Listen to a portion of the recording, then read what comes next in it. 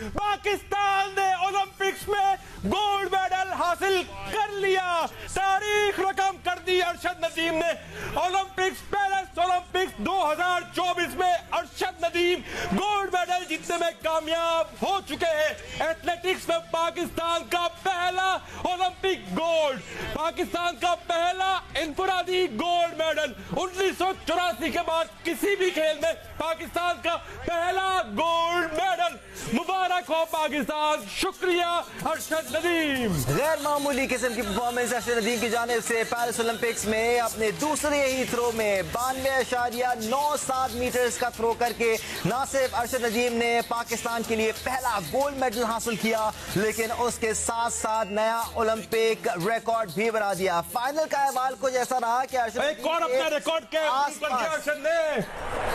आखिरी